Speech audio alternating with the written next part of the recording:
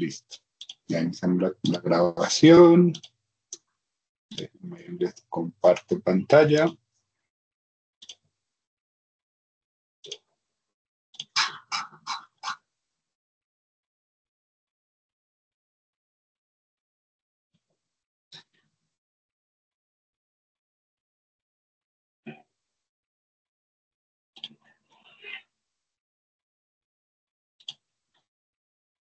Bien.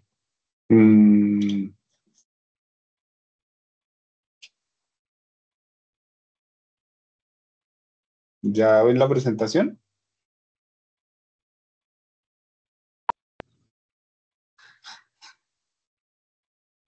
Sí, profe. Sí, sí.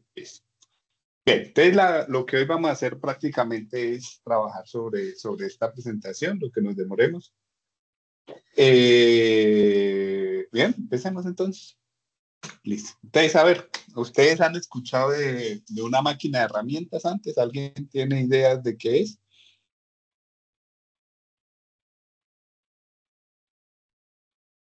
Denme un segundo, por favor, que antes de continuar, que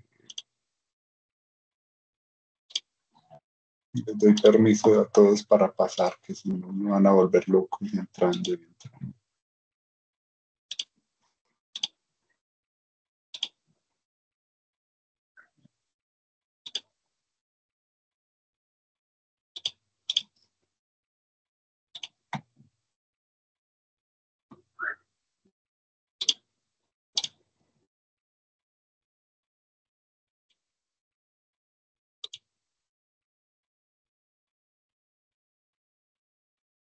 Listo. Ya con eso ya no pita acá que alguien intenta entrar, ni nos pide permiso para entrar.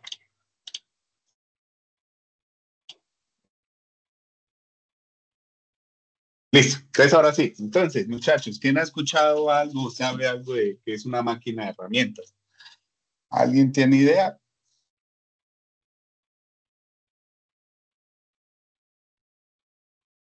Nadie sabe nada, nadie opina nada. No, profe, Bueno, ni idea. listo. Entonces, una máquina de herramientas es un tipo de máquina que básicamente lo que hacemos o lo que hacemos con ella es dar forma a materiales sólidos y pensado más que todo para metales, aunque también sirve para otros, por ejemplo, como maderas, como plásticos. Y al fin y al cabo, lo que queremos es dar la forma que queremos mediante el corte o el arranque de viruta. Ahorita más adelante vemos qué es viruta. O también mediante deformación o también mecanizado. Y algunas de las máquinas de herramientas más comunes son las que vemos ahí en esa imagen. Entonces, a ver, de todas las que tienen ahí, ¿cuáles reconocen? ¿O cuáles conocen?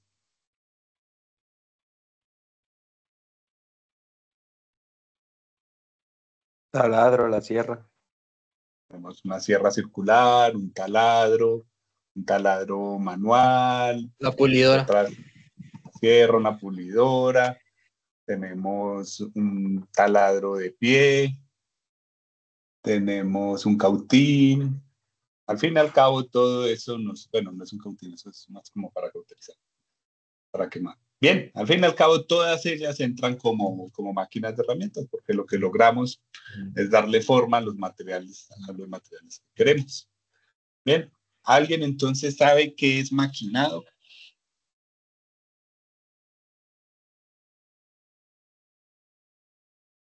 ¿Nadie? Bueno, pues para eso estamos viendo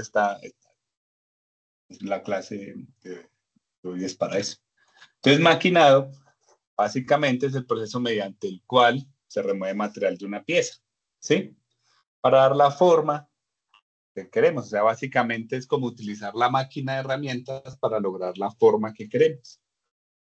Y las tres operaciones o las operaciones más comunes son el torneado, el fresado y el taladrado. ¿De acuerdo? Donde el torneado básicamente se reconoce es porque tenemos una pieza que gira sobre un eje,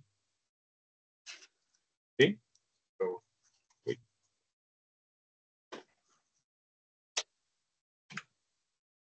que se me perdió. Entonces, tenemos aquí, la pieza va a girar y vamos a cortar o obtener remoción de material pues mediante este elemento, que luego vamos a ver o a continuación vamos a ver cómo se llama. ¿Sí? En este caso, entonces, se me mueve tanto la pieza como también puedo mover la herramienta de corte. Tenemos entonces el fresado. En el fresado lo que tenemos es que mi herramienta de corte va a girar y la pieza entonces la podemos mover, por ejemplo, dos direcciones. ¿Bien ahí? El taladrado, pues esa es un poquito más común. Ahí se me pierde el mouse. En este caso, él gira y prácticamente el único movimiento que tenemos disponible es hacia arriba y hacia abajo. ¿Bien ahí?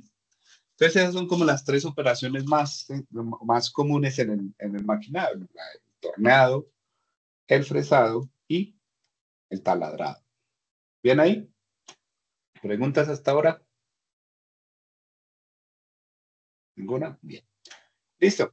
Entonces ahora, ahí mientras les explicaba un poco más o menos como muy por encima esas operaciones, hablé de herramientas de corte. ¿Alguien sabe o ha escuchado de qué es una herramienta de corte? Nadie. Entonces, la herramienta de corte es el dispositivo utilizado ¿para qué? Para lograr la remoción del material mediante una acción mecánica. Pues para eso, básicamente lo que tenemos que hacer es superar los esfuerzos que el material resiste, pasar por encima del esfuerzo de fluencia, del esfuerzo último, para lograr ¿qué? Remover material, ¿de acuerdo? Y dependiendo del número de cortes, pues la podemos calificar en monofilo, multifilo. Básicamente es, ¿cuál es la diferencia entre una? Pues la monofilo solo voy a tener una superficie con la que yo voy a cortar, mientras que con la multifilo pues puedo tener varias superficies que voy a emplear para cortar. ¿Bien ahí? ¿Bien con esa clasificación? Bien. Entonces, mi herramienta de corte, cuando estamos hablando del torno, se conoce como buril. Bien, en la imagen vemos algunos ejemplos de buril. Al fin y al cabo, el buril a veces no viene con esa forma, sino que viene más parecido como una barra y se debe hacer un proceso que se llama afilado del buril, que es como sacarle la superficie con la que yo voy a cortar, dependiendo de unos ángulos que más adelante vamos a ver. Mientras que para cuando tenemos fresado, pues las herramientas se llaman fresas, o también, o sea, dentro de las fresas tenemos una categoría en especial que se llama escareadores, que la idea es hacer un proceso desde el lado, pero más adelante podemos hablar de eso. Bien. Mientras que las herramientas para el taladrado se llaman brocas. Tenemos muchas brocas, dependiendo de la forma. Igual tenemos muchas fresas, dependiendo de la operación que queramos hacer. Bien, entonces, eso es como muy por encima lo que es la herramienta de corte. Listo, entonces, cuando estamos hablando en el maquinado, tenemos lo que es conformado por arranque de viruta, que es básicamente como el estudio de cómo se arranca esa viruta, y vamos a definir entonces algunas superficies en especial. Tenemos entonces aquí tenemos entonces, este es ¿quién? Mi herramienta de corte, mientras que la de abajo, ¿qué es? Pues la pieza que estamos trabajando. ¿Bien ahí? Entonces podemos definir estas cuatro superficies que nos interesan. Entonces tenemos la superficie de desprendimiento, que es esta superficie ¿sobre quién? Sobre mi herramienta de corte, y al fin y al cabo lo que ella hace es dar una superficie para que el material que yo esté arrancando se aleje. Tenemos la superficie de incidencia, que es como esta planito de acá abajo. Tenemos el filo varista, que básicamente es el filo, no sé por qué me sale eso, el filo con el que logramos el corte. Y tenemos el superficie plano de cizalladura, que es básicamente el plano este planito que tengo acá, ¿cierto? Es como el plano donde teóricamente se localizan los esfuerzos que generan el corte del material o sí, que generan la mayor cantidad de formación o de cambios en el material, ¿de acuerdo? Tenemos básicamente las definiciones de esas cuatro superficies. Y entonces, ¿qué nos interesa? Entonces, dependiendo de la configuración de nuestra herramienta y nuestra pieza, vamos a tener dos tipos de corte. Uno que se llama corte ortogonal, que es el que tenemos en la figura 13, donde básicamente, ¿qué me diferencia la figura 13 de la figura 14? Básicamente es ese ángulo de inclinación que yo tengo entre el borde o el filo de mi herramienta comparado con la pieza. Entonces, para el corte ortogonal tenemos que debe ser 90 grados, ¿sí? Acá nos lo están marcando, este ángulo de acá. ¿Entre quién? Entre el corte y el avance. O sea, el avance básicamente es cómo se me va a mover la pieza. Entonces, en este caso, cuando estamos alimentando la máquina, la pieza debería moverse en esta dirección y mi corte o mi línea de corte tiene 90 grados comparado con ella. Bien, entonces este es el que conocemos como corte ortogonal. Es como el corte más clásico porque es un poco más, ¿cómo decirlo? Más estudiado, más fácil de realizar que el otro corte que tenemos, que necesita un poco más de cálculos para lograrlo. Bien. Entonces, cuando estamos hablando de corte ortogonal, si tienen dudas en algún momento, muchachos, no duden en preguntarme. Yo voy, o sea, si no me detienen, yo voy a seguir derecho. Bien. Entonces, aquí, cuando tenemos el corte ortogonal, entonces lo que vemos en esta figura, básicamente una sección lateral del corte. Entonces, vamos a definir algunos de los ángulos. Entonces, tenemos aquí, tenemos gamma, que es el ángulo de desprendimiento. Tenemos alfa, que es el ángulo de incidencia. Y tenemos el ángulo de filo, que es beta.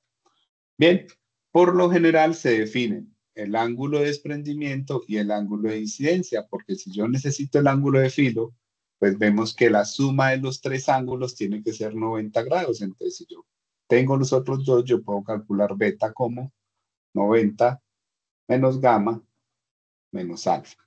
Bien, o tengo que tener definidos de ellos porque el tercero básicamente me sale de la formulita que tenemos en la pantalla. ¿Vean hasta ahí? Listo. Además de eso, entonces aquí cuando estemos analizando el corte ortogonal nos va a interesar entonces el espesor de la viruta deformada, que es básicamente este que nos marcan acá, que es el espesor de la viruta después de que la arrancamos. Ah, bueno, me faltó aquí AC, qué pena. Y tenemos AC, que sería como la medida correspondiente a ese espesor de viruta que se va a arrancar. Y tenemos este es phi, que es el ángulo de deslizamiento o cizalladura. Bien, en esta diapositiva es básicamente eh, definir todos esos ángulos. Entonces, ¿cómo me afecta? O sea, si yo, la selección de gamma en mi proceso de maquinado. Entonces, si yo tengo, o sea, si yo elijo un gamma grande, entonces voy a tener una mayor penetración de la herramienta y un buen corte con un mejor acabado superficial. ¿Pero a costa de qué? A costa de una debilidad en el corte. Cuando hablamos del filo del corte, cuando hablamos de debilidad del filo del corte, es que mi herramienta va a sufrir más cuando yo esté realizando el procedimiento. O sea, que tengo mayor probabilidad que mi herramienta se dañe. Bien. También tenemos entonces que si phi es más pequeño, digo que si gamma es más pequeño, mi resistencia va a ¿qué? A mejorar, o sea, mi buril va a tender, o mi herramienta de corte va a tender a durarme más, pero ¿a costa de qué? De que la energía consumida y el calentamiento de la herramienta aumenta.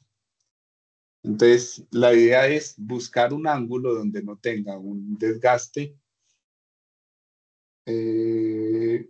considerable sobre la herramienta, ni tampoco tenga pues pérdida de potencia en forma de qué? De calentamiento, pues porque al fin y al cabo potencia significa dinero. Si yo estoy perdiendo o estoy volviendo el dinero en vez de corte de temperatura, pues lo que estoy haciendo es perdiendo dinero. ¿Bien hasta ahí? Listo. Ahora bien, si yo tengo o cómo me afecta el ángulo de incidencia en mi corte. Si yo tengo ángulos entre mejor, para no enredarlos, vamos a utilizar esta gráfica. Entonces aquí tenemos el ángulo de incidencia, mientras que acá tenemos entonces desgaste. Entonces lo que tenemos o lo que vemos es que entre menor sea el ángulo, mayor va a ser el desgaste, lo que significa que si este ángulo, mi ángulo de incidencia es muy pequeña, yo empiezo a tener demasiado contacto entre la superficie de mi pieza y mi herramienta y me puede empezar a generar desgaste en esta parte. No queremos, pues porque al fin ese desgaste me puede dejar una superficie rugosa y también estoy perdiendo dinero en forma de fuerza para vencer ese desgaste. ¿Bien ahí? Potencia para vencer ese desgaste. Entonces, el ángulo de incidencia, ¿cómo me afecta al corte? Pues básicamente me aumenta la fricción que tengo entre la pieza y la herramienta de corte.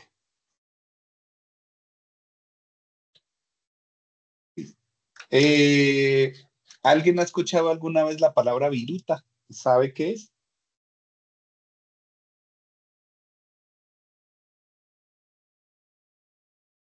Ya se quedaron dormidos.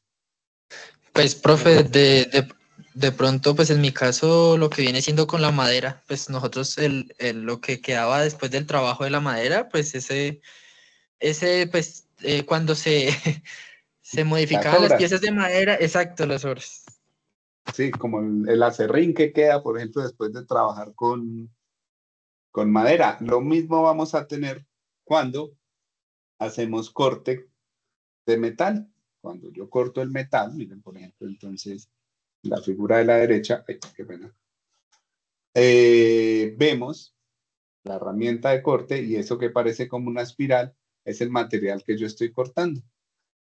Mientras que en la figura de la izquierda lo que nos muestra es cómo mi herramienta, que es esta parte como, aquí básicamente esta es mi herramienta, esta es mi pieza.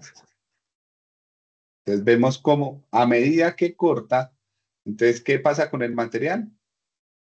Pues va saliendo y esto entonces se puede, por ejemplo, seccionar dependiendo de las velocidades que yo tenga y quedarme entonces pedacitos de metal, que es muy parecido a los de madera. O si yo coloco bien mis velocidades, la idea es que quede algo parecido a esto, ¿sí?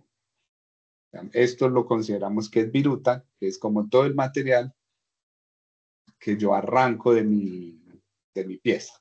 ¿Bien ahí? ¿Ustedes entendido más o menos qué es viruta?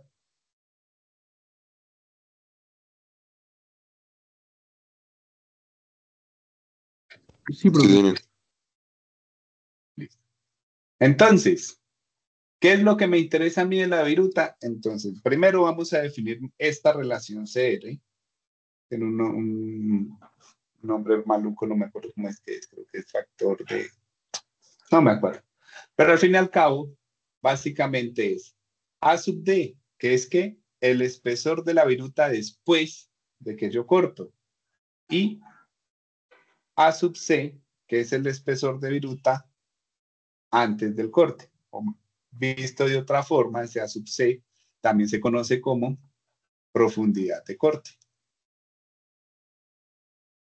Entonces, ese CR es la relación entre el espesor de viruta después de corte y la profundidad del corte. ¿Bien ahí? ¿Y yo para qué quiero calcular ese CR? Básicamente es para venir y encontrar este ángulo, phi. Entonces, ¿cómo calculo yo phi? Entonces, tangente de phi va a ser igual a coseno de gamma dividido C sub R menos seno de... ¿qué es gamma? Sí. ¿Bien ahí? Entonces, teniendo esos valores, yo puedo encontrar phi. ¿Alguna pregunta hasta ahí?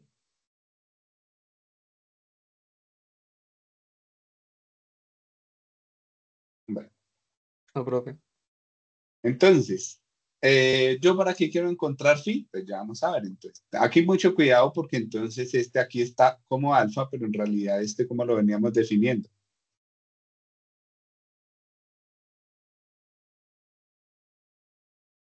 ¿Cómo? Gamma, ¿cierto? Entonces, cuidado porque en esta diapositiva vamos a tener que alfa es igual a ¿quién? A gamma.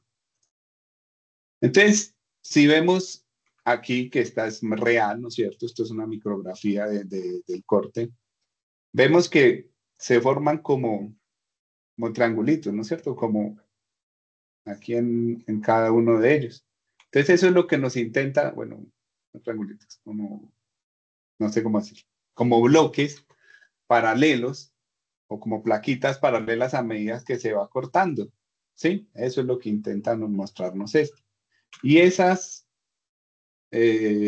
plaquitas, vamos a tratarlas como este prisma que tenemos acá. ¿Sí? ¿Y qué queremos? Queremos entonces calcular nuestra shear strain, que se llama, o deformación por esfuerzo cortante. Para eso, entonces, vamos a emplear ese triangulito, ¿sí? Que es este que tenemos aquí en la sección de la placa que nos estamos imaginando que se genera cada vez que corto, o sea, este triangulito en rojo, este mismo que tenemos acá.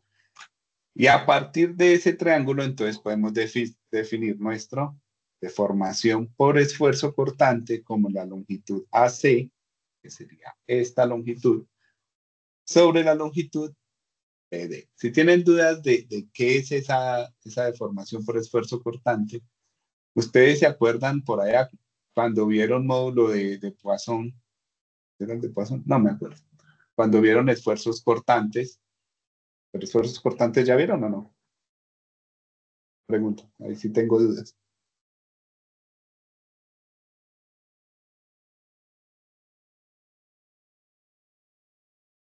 Sí, Sí, profe. no los vieron. O sea, si yo tengo, por ejemplo, un... déjenme,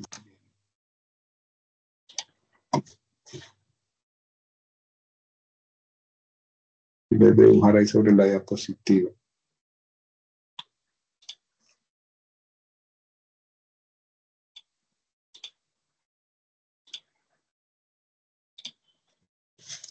O sea, si ustedes tienen aquí un cuadrito y ustedes le colocan fuerzas de esta forma, ¿el cómo se deforma? ¿Ustedes han visto eso o no? O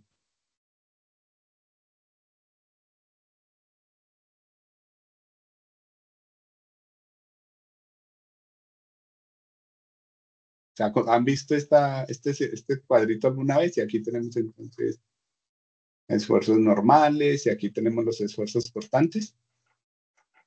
¿O esto todavía no lo han visto? Recuerden, ¿no, profe? No, no. Entonces, venga, déjenme, se los explico de una forma sencillita. Si yo tengo un cuadrito y yo le coloco, supongamos que esto fuera una fuerza que vaya en esta dirección y otra fuerza que vaya en esta dirección. Vamos a colocar estas 4 fuercitas que acabo de dibujar ahí. Entonces, ¿cuánto da la sumatoria de fuerzas si yo tengo esas 4 fuerzas?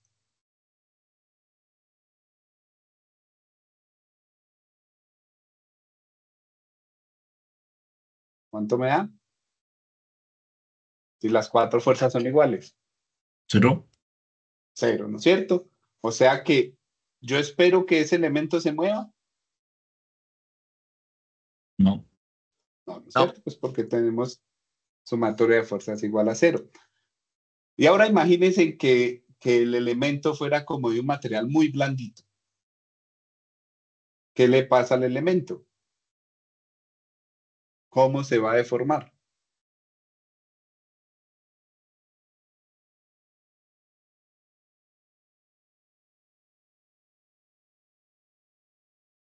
¿Sí se imaginan más o menos?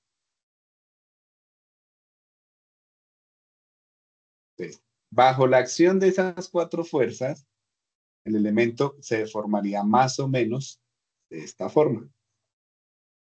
¿Sí? O sea, por un esfuerzo cortante, porque básicamente eso que tenemos ahí, lo que me genera es un esfuerzo cortante, tranquilo, luego vemos eso un poco más, voy a obtener una deformación, pero esa deformación es diferente a la deformación que ustedes están acostumbrados a ver, ¿no es cierto? Que si yo coloco aquí mis esfuerzos normales, la barra, ¿qué hace? Simplemente, ¿qué hace? Se estira. Mientras que en esta, la deformación yo la mido como la longitud que teníamos original acá, relacionada con esta. Entonces, lo que vemos aquí en la presentación, o lo que se está representando aquí, es, es una medida de eso, de cuánto se me está deformando,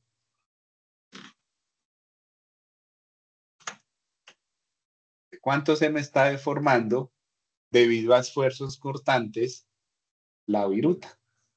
¿Sí? Igual ahí pues, medio les intento explicar, pero luego cuando veamos estado de esfuerzos, ahí lo van a entender un poco mejor. Entonces esa distancia va a ser AC sobre BD. Pero AC yo lo puedo escribir como ¿quién? Como AD, la distancia que hay desde A hasta D, más la distancia que hay desde C hasta D. Teniendo en cuenta los ángulos que hemos definido. Entonces, si este, por ejemplo, es alfa, y todo ¿este cuál era? ¿Cómo se llamaba este ángulo?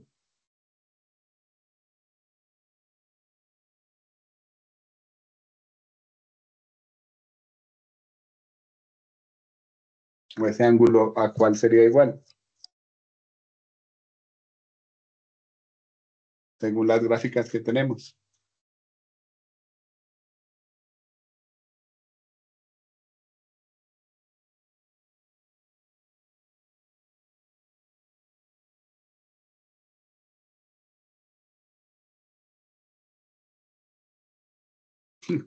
Bueno, tranquila, muchachos. Entonces, al fin y al cabo, nos queda que este ángulo que tenemos aquí es phi menos alfa.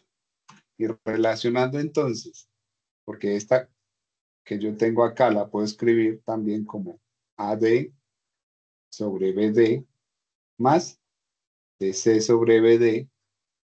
Entonces, este primer término básicamente es la tangente de este ángulo, mientras que este segundo término es la cotangente de este ángulo. ¿Y para qué queremos eso? Básicamente, entonces, es para relacionar mis ángulos, incidencia, los que definimos acá arriba, el ángulo de desprendimiento, el ángulo de cizalladura, con la deformación por esfuerzo cortante.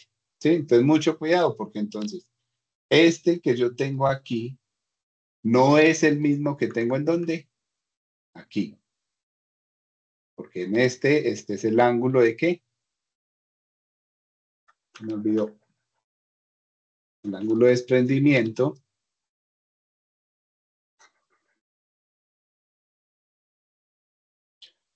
Mientras que en esta diapositiva, entonces este no es ángulo de desprendimiento, sino que es, básicamente, es mi deformación por esfuerzo cortante. ¿Bien hasta ahí? ¿Preguntas hasta ahora? ¿Y yo para qué quiero calcular esta deformación de esfuerzo cortante? Pues porque lo puedo relacionar con las propiedades del material para saber o analizar qué ángulos necesito yo en mis herramientas. Pero por ahora no lo vamos a relacionar, eso al fin y al cabo lo podemos sacar de tablas. Listo, entonces ahora que estamos hablando de viruta, entonces vamos a tener varios tipos de viruta. Entonces podemos tener viruta discontinua, que es como la que vemos acá. ¿Qué es lo que pasa aquí? Que mi viruta no parece o no queda como la que vemos aquí, que es como una lámina enrollada continua, sino que se empieza o se parece más como al acerrín, como pedacitos de material uno aparte del otro.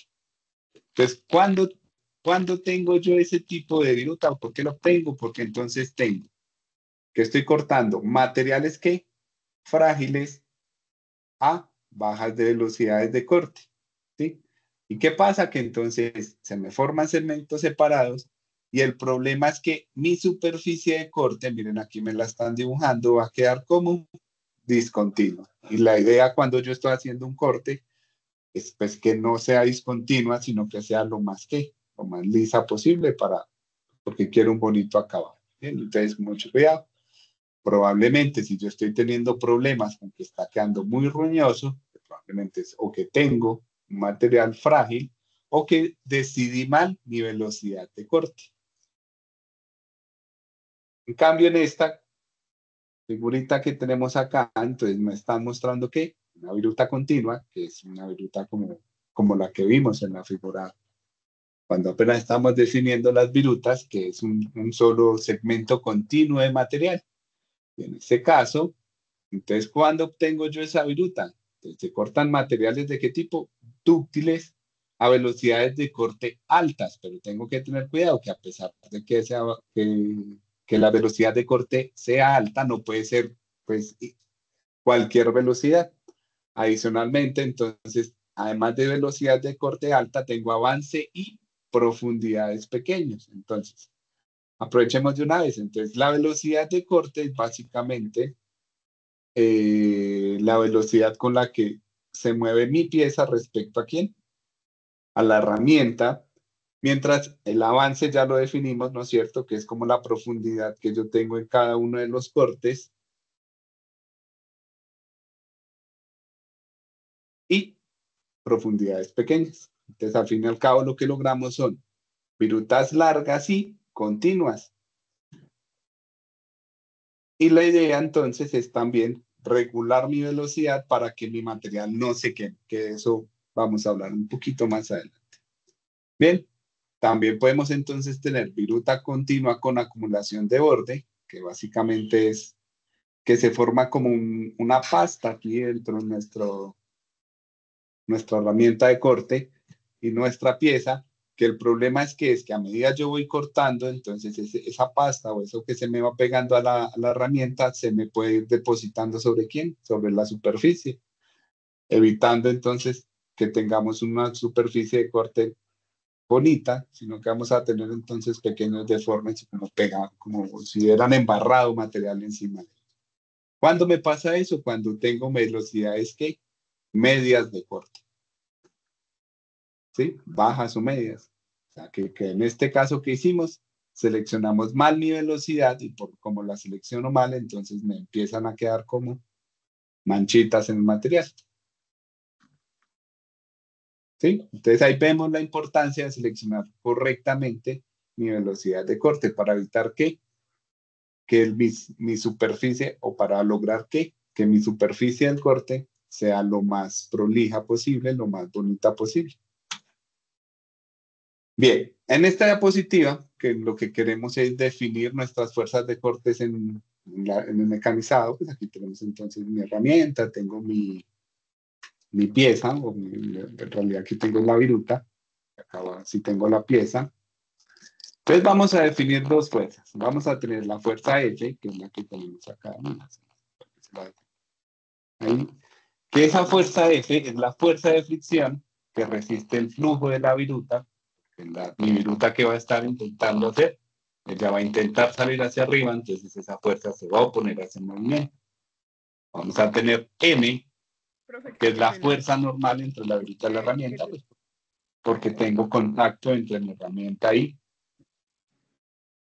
la pieza, entonces siempre la viruta de la pieza, entonces esas son esas dos fuerzas, F y N. Una es la fuerza de fricción entre la viruta y la herramienta, mientras que la otra es la normal.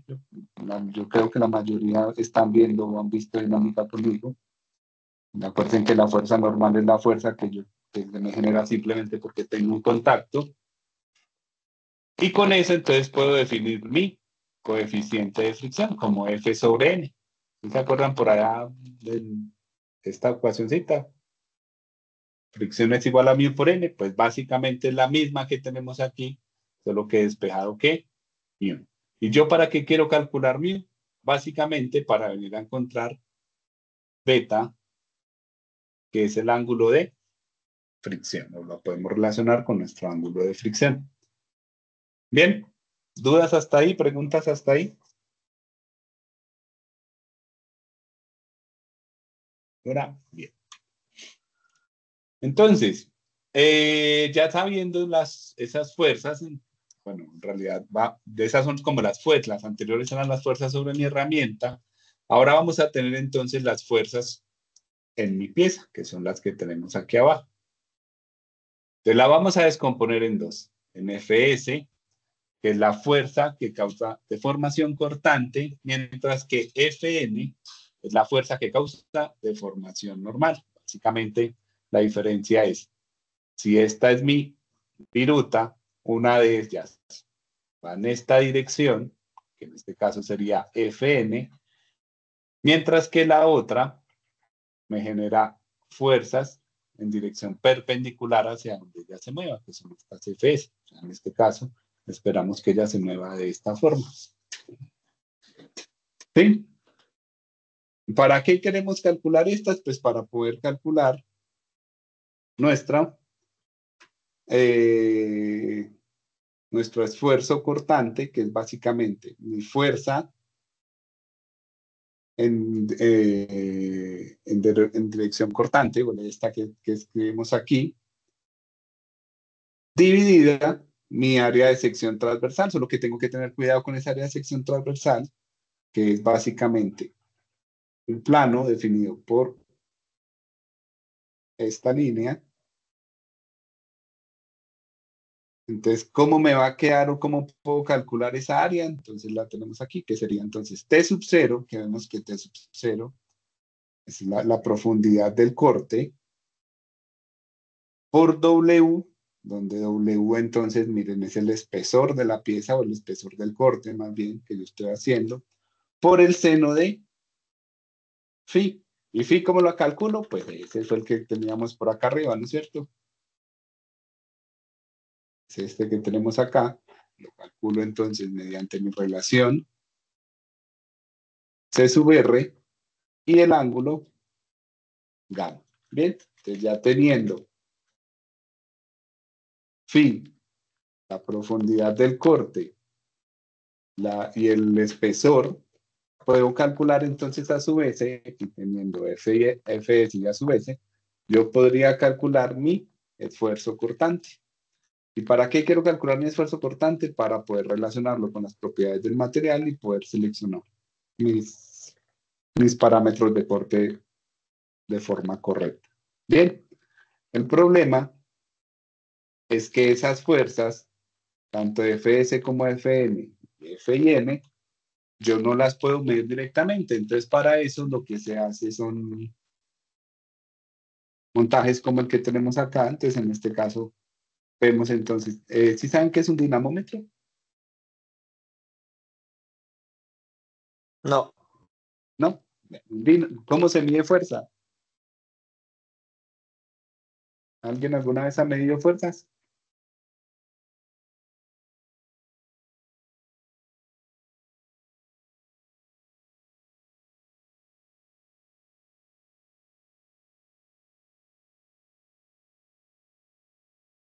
¿No? Bueno, entonces, el dinamómetro es un elemento de medida empleado para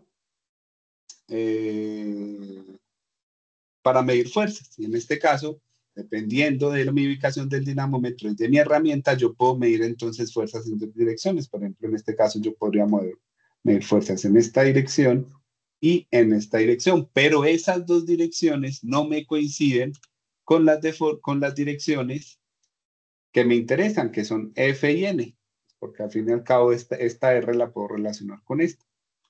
Entonces, ¿qué pasa? Entonces, estos setup o estos montajes para medir fuerzas no me van a medir fuerzas en las direcciones que yo quiero. Entonces, necesito relacionar esas fuerzas con, o sea, las que yo mido aquí, con las que me interesan en el corte. Entonces, para eso, tenemos que es el círculo de Merchant. No es Merchant el profe, es otro. Donde me relacionan entonces las fuerzas que yo puedo medir. ¿Con quién? Con las que me interesan. Entonces, ¿cuáles son las dos que yo puedo medir? Son las rojas. Y mediante el círculo de Merchant, entonces puedo relacionar las que yo mido. ¿Con quién? Con FS y FN. Entonces, donde FC y FT son las dos fuerzas que yo sí puedo medir con mis setups. Entonces, al fin y al cabo, lo que me muestran aquí es FT y FC, que son las que yo logro medir con mis dinamómetros. ¿Y cómo puedo relacionar FT y FC con quién? Con FN y FS. Y también cómo puedo relacionar FT y FC con M y F. Bien, que son como las 4 ecuacioncitas que tenemos acá.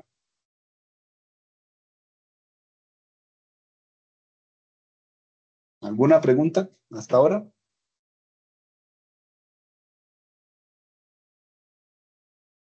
¿No hay preguntas? Bien. Listo. Vamos entonces ya como a hablar un poco más de nuestras operaciones de maquinado. Entonces vamos a empezar con el torneado. Entonces el torneado básicamente es un proceso de maquinado en el cual una herramienta de punta sencilla, que es el buril, que ya le habíamos colocado el nombre, remueve material de una superficie, pero entonces aquí es lo importante, que la pieza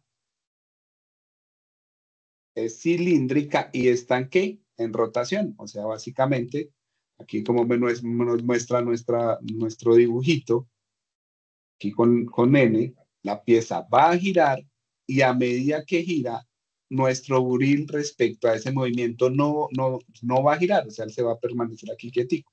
Yo sí puedo luego hacer que él se mueva en otras direcciones, pero si yo analizo el corte, básicamente mi buril va a estar quieto y la pieza se va a estar acercando al buril para lograr entonces aquí que corte y obtener aquí ¿quién? Mi virula. ¿Bien ahí? Entonces, aquí podemos ver entonces que esta es mi superficie original y después del corte, entonces esta que tenemos aquí es nuestra nueva superficie. Definimos entonces de sub 0 como el diámetro original de mi pieza, de sub F como el diámetro final de mi pieza, L es la longitud de la pieza, y D, entonces vemos que es la profundidad del corte. ¿Listo? ¿Entendido entonces esas definiciones? ¿Alguna pregunta? ¿No? Bien. Entonces, a partir de esas definiciones que tenemos ahí, entonces vamos a empezar a definir algunas propiedades. Entonces la velocidad de rotación, pues la podemos relacionar ¿con quién? Con la velocidad de corte requerida en la superficie. ¿Sí? ¿Cómo la puedo relacionar entonces? N va a ser mi velocidad de rotación, en este caso la podemos tener, por ejemplo, en revoluciones por minuto. B es mi velocidad de corte, que entonces esa velocidad de corte es la que hablamos por cuando estábamos por acá arriba, que si yo tengo velocidad de corte apropiada, entonces voy a tener una superficie lisa y como de una mejor calidad, pero si yo entonces la empiezo a tener mal, ¿qué me pasa? Pues no voy a tener superficies como son, voy a tener, o la viruta se me puede estar seccionando o se me puede estar embarrando material en la superficie. Entonces tengo que tener mucho cuidado con eso, porque entonces esa velocidad de corte la defino de manera correcta y con eso entonces puedo relacionarlo con la velocidad de giro de ¿quién? Del torno. Bien.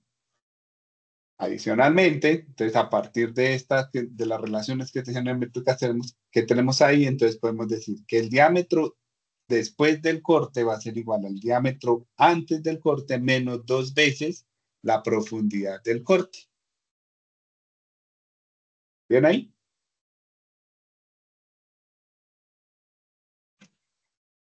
Y entonces, ¿de dónde yo saco todo eso? Por lo general, las velocidades de avance, las profundidades de corte, la profundidad de corte, el avance, lo podemos encontrar en documentación. ¿A partir de qué?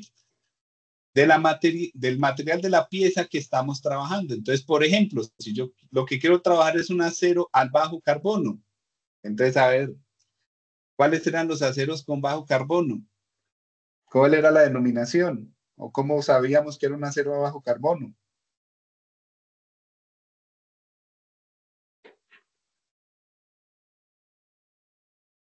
De los 4 números que hablamos, ¿cuáles de esos 4 eran los que me determinaban el porcentaje de carbono? Los dos últimos. Los últimos, ¿cierto? O sea que si tenemos aceros donde estos dos últimos son de poco carbono, entonces, ¿qué me dicen? Bueno, entonces, si usted tiene un acero de poco carbono con una herramienta, que esto es básicamente el tipo de herramienta que tenemos, de carbono no recubierto, entonces nos recomiendan, mire, utilice máximo esta profundidad de corte con este avance y con esta velocidad de corte.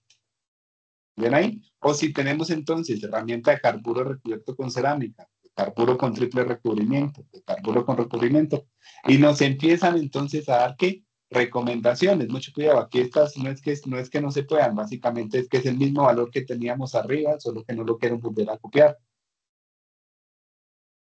¿Sí? O si tenemos aceros al mediano y alto carbono, entonces, si tenemos este tipo de herramienta, o esta, o esta, o esta, entonces me dan o me aconsejan mi profundidad de corte, mi avance, mi velocidad de corte. ¿Ven ahí? Adicional, entonces aquí nos están hablando de 2 propósitos, propósito general y para desbaste y acabado. Bien, entonces, en general es como cuando yo tengo una operación cualquiera. Cuando hablamos de desbaste, es que si yo, por ejemplo, quiero hacer esto y necesito hacer muchos cortes, las primeras operaciones, uno tiende a colocar velocidades un poco más altas porque la superficie que yo tengo no me interesa que esté tan perfecta. O sea, las primeras operaciones yo lo que quiero es hacer mayor remoción de material. Y ya cuando estoy terminando o estoy llegando a mi espesor o a mi profundidad del corte que yo quiero, entonces empiezo a hacer operaciones de acabado, donde entonces la idea es que sí me quede una superficie más bonita. Entonces, dependiendo si yo quiero acabado o desbaste, entonces también me recomiendan velocidades. Bien, aquí tenemos pues más tablas. Básicamente eso. Entonces, ahora sí, lo que tenemos es aluminio con libre maquinado, o aluminio con silicio, o aleaciones de tungsteno, o termoplásticos, o materiales compuestos. Entonces, ¿qué hace uno? Uno va y busca la tablita y mira qué velocidades, qué profundidades de corte me recomiendan. ¿Por qué? Porque a partir de eso, entonces yo puedo empezar a calibrar. No, que entonces yo le coloqué una velocidad de corte, pero vi entonces que se me empezó a embarrar un poquito de material sobre la superficie. Entonces yo puedo empezar a aumentar un poco mi velocidad de corte, ¿sí? Y si aumento mi velocidad de corte, significa que también debo aumentar entonces a N mi velocidad de rotación. ¿Bien con eso? ¿Preguntas? O sea, básicamente estos datos los sacamos de tablas. Listo. Adicionalmente, entonces vamos a tener otros parámetros. F, que es el avance, que básicamente es, que esto es, la unidad es milímetros por revolución.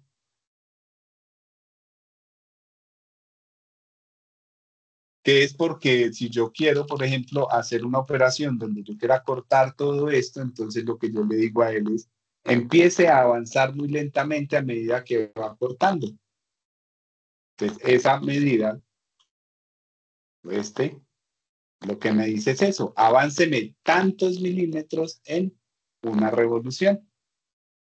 Y podemos entonces relacionar mi velocidad de avance con la velocidad de avance lineal. Entonces, el F lo que me mide es cuánto avanza en una revolución, mientras que el FR lo que me mide es cuánto avanza por qué, por minuto. Bien, y yo definiendo mis velocidades de avance, entonces puedo obtener cuánto es el tiempo que se me va a demorar el maquinado. ¿Cómo?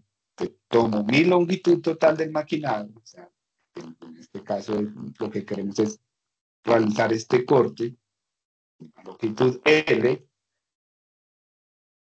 entonces va a ser esa longitud L dividido mi velocidad de avance lineal, y con esto entonces tenemos una estimación en minutos de cuánto se me va a demorar mi operación. Y reemplazando los valores que teníamos, entonces puedo aproximar mi tiempo de operación como pi por el diámetro inicial por la longitud sobre el avance dividido mi b, que era la velocidad de corte. Bien, teniendo ya todos esos valores, puedo hacer una estimación de cuánto se me va a demorar el proceso. ¿Preguntas hasta ahora? ¿No hay preguntas? Bien. Listo. Ahora entonces tenemos otro parámetro, temperatura en el corte. Entonces, ¿qué es lo que pasa? A medida, por ejemplo, ¿alguien ha echado cegueta alguna vez? ¿Alguien ha utilizado una cegueta?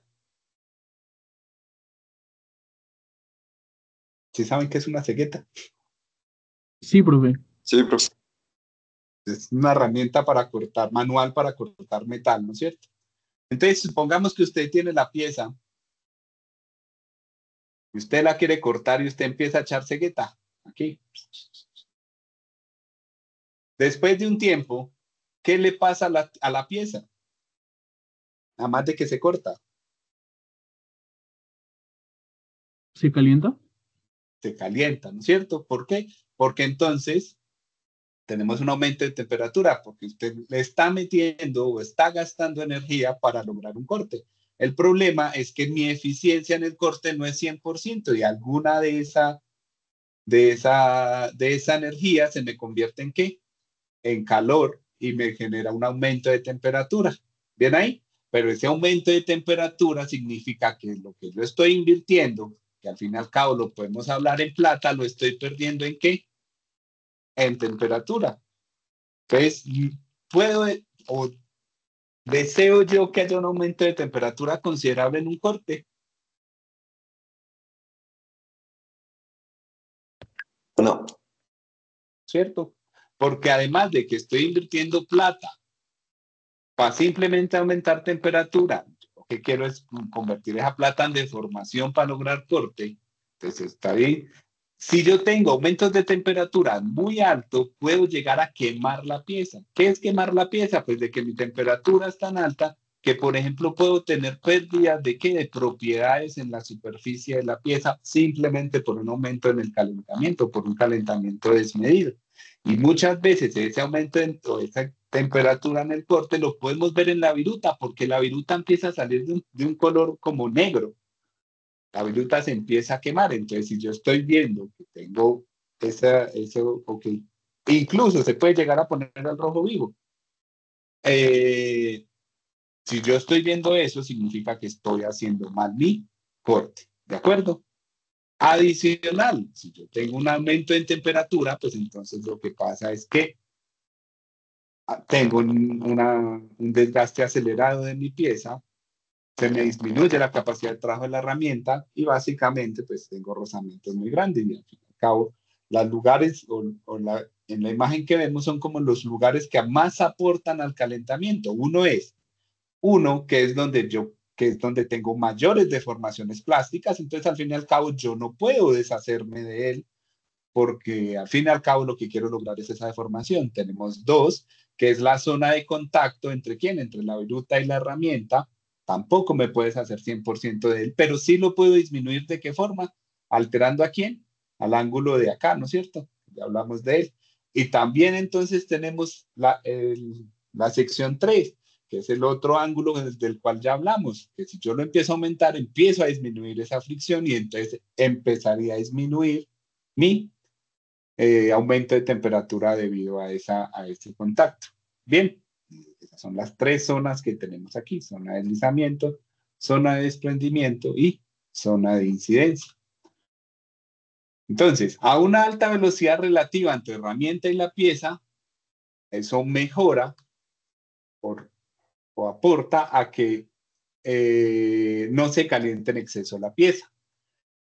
Mientras que con velocidades bajas de corte, la temperatura de la pieza se empieza a incrementar. Entonces, ¿qué pasa? Que si yo coloco velocidades de corte demasiado pequeñas, puedo empezar a tener un calentamiento excesivo en mi pieza.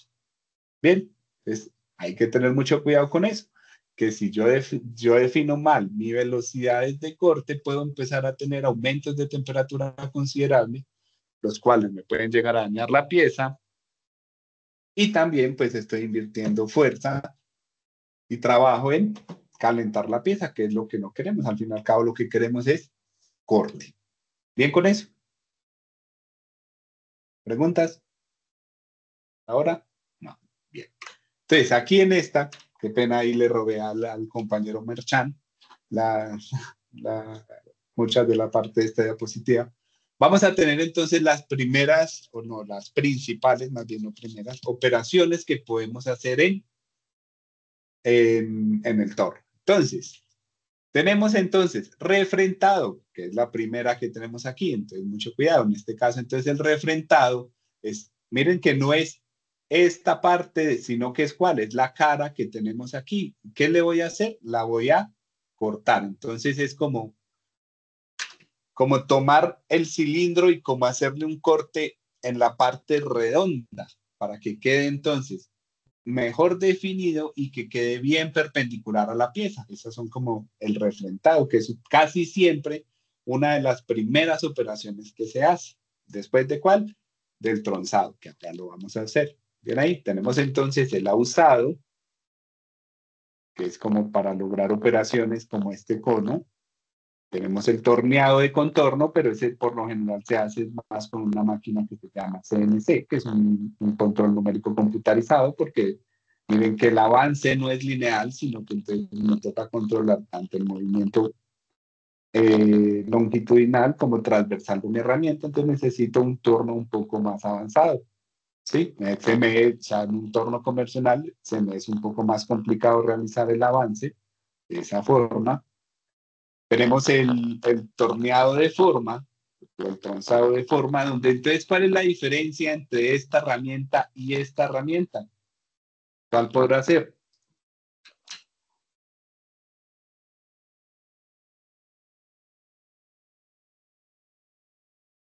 ¿Sí ven la diferencia o no ven la diferencia entre esas dos herramientas?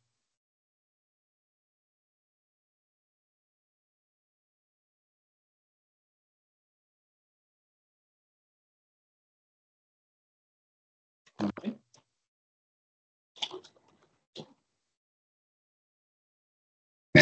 A ver si entienden un poco mejor utilizando YouTube.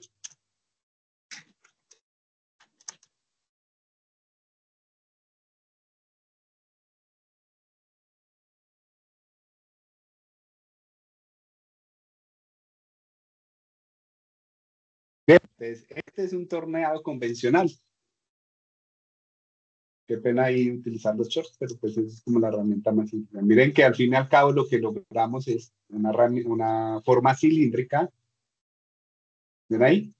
Miren que en este caso yo creo que la velocidad no está muy bien seleccionada, porque miren que la viruta se está poniendo azul, se está poniendo como que está cambiando demasiado de color, puede que esté demasiado, se esté calentando de más, pero bueno, Al fin y al cabo, entonces, ¿este es qué? Tornado convencional. Entonces, ahora veamos el torneado de forma. No, esto no.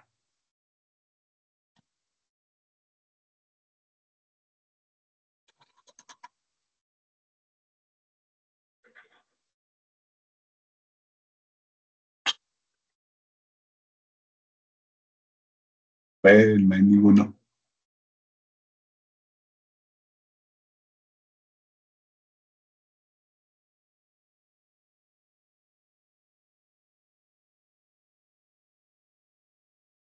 No encuentro. Bueno, nos toca. Luego, qué pena ahí, creí que iba a ser más fácil encontrarlo y no preparé el video con anterior. Entonces, al fin y al cabo, en el torneado de forma, lo que pasa es que el buril tiene la forma que yo le quiero dar, ¿sí? O sea, miren que en este mi superficie de corte es recta, mientras que en este la superficie de corte tiene como una figurita, digamos. Entonces, si yo acerco mi superficie de corte a él, pues cuando yo retire, entonces esa forma va a quedar en mi pieza. Tenemos otra operación que se llama chaflán o achaflanado, que es básicamente para cortar las aristas vivas. Yo le acerco esta superficie de corte y le va a quedar entonces una pequeña inclinación a él. Tenemos el tronzado, es como una herramienta que se llama el tronzador, muchas veces le dicen, que básicamente lo que yo quiero es lograr un corte. Entonces, mire, yo avanzo, ¿hasta dónde? Hasta que yo logre cortar mi pieza. Tenemos el roscado, pues, que sé si se imaginan qué es. Entonces, tengo que utilizar una herramienta con una forma en específica de la forma del diente para lograr mi roscado. Tenemos mandrinado, este es un poquito más difícil de entender. En este tenemos un agujero que está previamente hecho y yo deseo, por ejemplo, aumentarle el diámetro a él. Entonces, ¿sí ven? Meto mi herramienta adentro y empiezo a ¿qué? A aumentar o el corte es por dentro. También podemos hacer taladrado. Y por último tenemos entonces grafilado y moleteado, que son muy parecidos, que es utilizar una herramienta en específico para lograr dar como una textura sobre él, que es como, por ejemplo, cuando tienen uno las rosquitas para apretar cosas, que las rosquitas tienen como un mallado en la superficie, eso se logra mediante un grafilado o moleteado.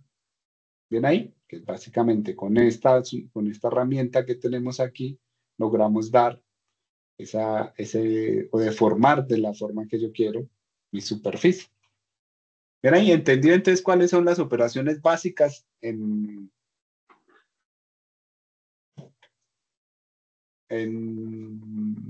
torneado? Entonces tenemos el refrentado, pausado, torneado de forma, pues de contorno y de forma, el chaflán, el tronzado, el roscado, el mandrinado, el taladrado y el grafilado moleteado.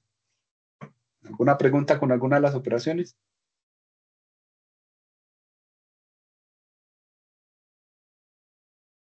¿No hay preguntas? Bien. Listo, ahora para el fresado, entonces es otro tipo de proceso mecanizado, y a diferencia del torno, que mientras en el torno la pieza giraba y mi herramienta permanecía estática, en el fresado es al contrario. Por lo general, mi pieza relativamente permanece estática, mientras que mi fresa se mueve. Bien, aquí entonces tenemos algunos tipos de fresa. Por lo general, por ejemplo, en el torneado, mi buril casi todos tienen la misma forma, es prácticamente una barrita. Puede que haya modificaciones dependiendo del corte que yo tenga, pero todos son muy parecidos. En cambio, en mi fresado, fresas y formas de fresas hay muchas. Entonces, por ejemplo, aquí tenemos algunas.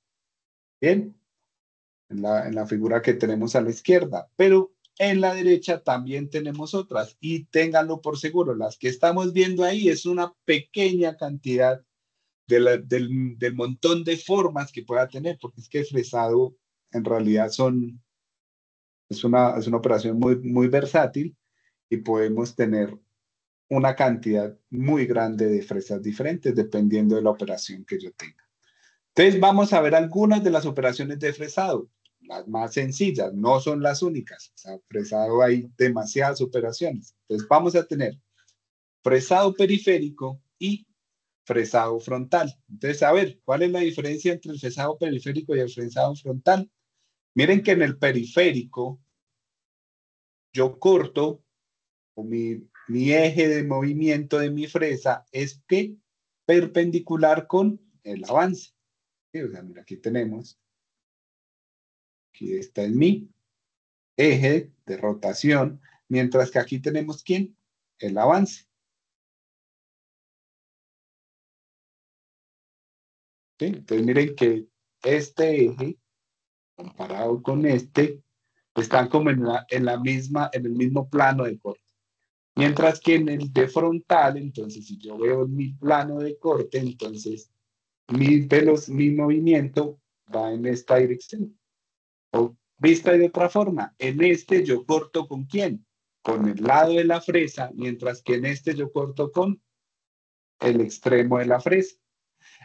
Y entonces, dependiendo de eso, yo debo utilizar un tipo de fresa en específico. Por ejemplo, estas fresas se llaman escareadores, mientras que estas son fresas de fresado frontal. ¿Bien ahí? O sea que dependiendo de mi operación, tengo que definir tengo que elegir una fresa de acuerdo con eso. Bien, entonces en fresados periféricos es cargadores, mientras que pues fresas para fresado frontal y fresado frontal. Chiste, me parece, sí. En mi fresado periférico, entonces podemos tener lo que les dije, el eje de las herramientas paralelo a la superficie de corte, la superficie de maquinado. Puedo tener entonces fresado de placa, que es donde mi fresa es mayor que quién, que mi fresa de trabajo, que mi pieza de trabajo. Entonces básicamente lo que yo logro es que en toda la superficie de la pieza tener un desbaste. O puedo tener ranurados, que es cuando el espesor de mi fresa es menor que el de la pieza, y con eso entonces lo que logro es una ranura. ¿Bien ahí?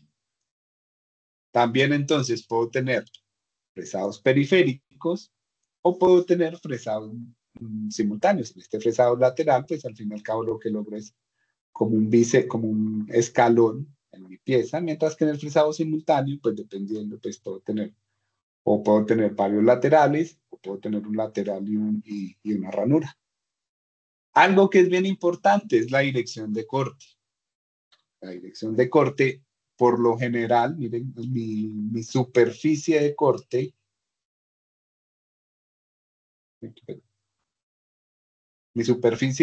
que es esta, no sé si me cambió, está con rojo, incide en la superficie vieja, no en la nueva. ¿Para qué queremos eso? Simplemente para reducir el tamaño de mi viruta y obtener una mejor superficie de trabajo, porque si yo la pusiera a incidir, por ejemplo, o sea, si mi dirección de giro no fuera esta, sino que fuera contraria, puedo empezar a tener problemas en mi superficie. ¿Por qué? Porque como él incide hacia en este lado, entonces puede que él empiece a hacer como pequeños, como huequitos o defectos en mi superficie. Entonces, mucho cuidado con esto, con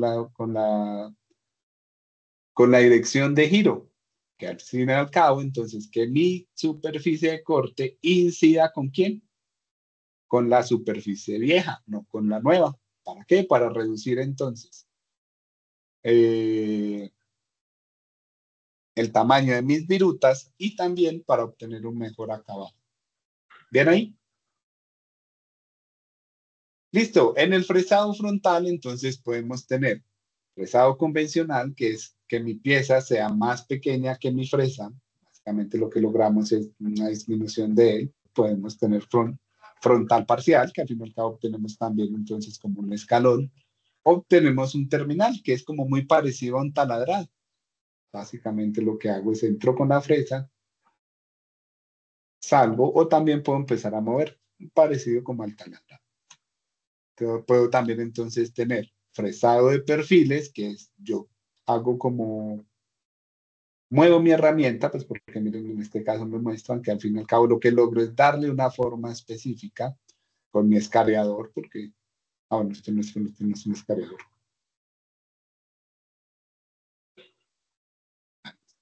que por ahí me enredo. O también puedo tener o lograr un fresado de cavidades, que es, yo entro la fresa para lograr como un pequeño pocket, un bolsillo en mi pieza. ¿Ven?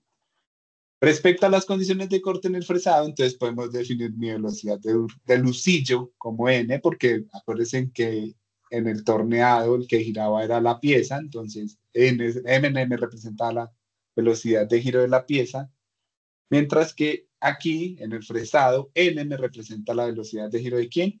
De la fresa, y lo podemos interrelacionar con la velocidad de corte como b sobre pi por d, donde d es el diámetro exterior de la pieza, de la fresa. También entonces puedo relacionar mi avance por diente cortante mediante la siguiente relación. La velocidad de avance tiene en cuenta la velocidad del lucillo, o sea, n es la velocidad del lucillo, n1 es el número de dientes de la fresa y f es el avance. También obtenemos nuestros valores de avance, dependiendo entonces si estoy en acabado o en desbaste. ¿De quién? Dependiendo del material. Y lo obtengo pues de literatura, porque al fin y al cabo pues es mejor hacerle caso a los autores que han trabajado con eso. Podemos encontrar entonces la velocidad de remoción del material, que sería entonces W por D por FR, y calcular mi tiempo de maquinado mediante las fórmulas que tenemos ahí. Hay mucho cuidado entonces, aquí nos indican qué es cada una de ellas. Entonces, por ejemplo, ¿quién es A? A es la distancia que yo tengo entre el centro de la fresa y la pieza antes de empezar la operación. ¿Y cómo la puedo calcular antes? Raíz cuadrada de ¿quién? De la profundidad multiplicado por el diámetro de mi fresa menos la profundidad del trabajo. Calculo A, y ya teniendo A y L, mi velocidad de avance, puedo calcular entonces mi tiempo aproximado del fresado. ¿Esto es para cuál? Para un fresado periférico. Pero entonces, si tengo un fresado frontal, entonces en este caso A va a ser la mitad del diámetro de la fresa y puedo calcular A. Bueno, esto es para cuando el diámetro de ¿quién? De la pieza es igual o menor que el espesor de la pieza. ¿Sí? Pero en el caso que no sean, entonces empleamos esta ecuacióncita. Ya teniendo A, podríamos calcular el tiempo de maquinado. E igual, pues aquí vemos nuestro corte y con eso podemos calcular el tiempo de maquinado. Bien, qué pena muchachos, no les escribí. Muchas gracias al final. Apenas ayer pude completar esta presentación. Entonces, ¿qué era lo que queríamos con esta presentación? Entonces, dar como muy por encima, pues porque toda esta información que les di en realidad es muy, muy, muy, muy por encima. Eventualmente, pues a ustedes también les tocará como hacer una pequeña investigación o leer un poco más de ello. Y junto con eso, entonces, tenemos a Nelson que nos va a ayudar el jueves, el jueves, a darnos ya la introducción a las máquinas, ¿sí? Entonces, teniendo en cuenta eso, y para estudiar, les voy a subirles un tallercito. En adición a eso, también en ese mismo taller van a tener videos de Fabio, en realidad, con el que pueden entonces ahondar o tener un poco más de detalles en todo esto. ¿Por qué? Porque al fin y al cabo, estoy hablando con Fabio, que es la persona que tiene más experiencia ahí, y en este corte tenemos que terminar no solo torneado y fresado, sino también soldadura.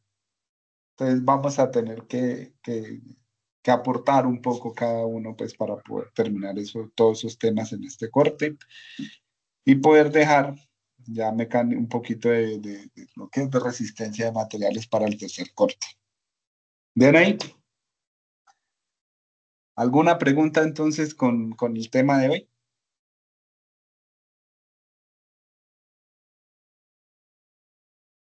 No, señor profe, todo claro. Listo. Yo ahorita me acordé, no les he subido la otra exposición que hemos tenido, ahora les subo las dos. ¿Ven? La otra presentación de que era la de selección de materiales. Listo, profe, gracias. Listo. Dejemos entonces así por hoy. Ya me duele la garganta de hablar como lora mojada. Entonces ya dejemos así por hoy. Listo, profe, buen día. Listo. luego, profe. Recuerden que Listo, profe. el jueves es en Hangar. el hangar.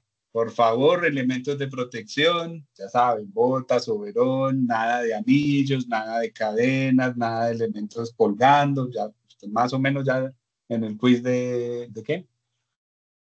De trenzado, pues ya vimos un poquito de seguridad. ¿De acuerdo? Sí, profe, gracias. Hasta luego. Listo, profe, gracias. Hasta luego, luego. profe. Hasta luego, profe. Gracias, profe.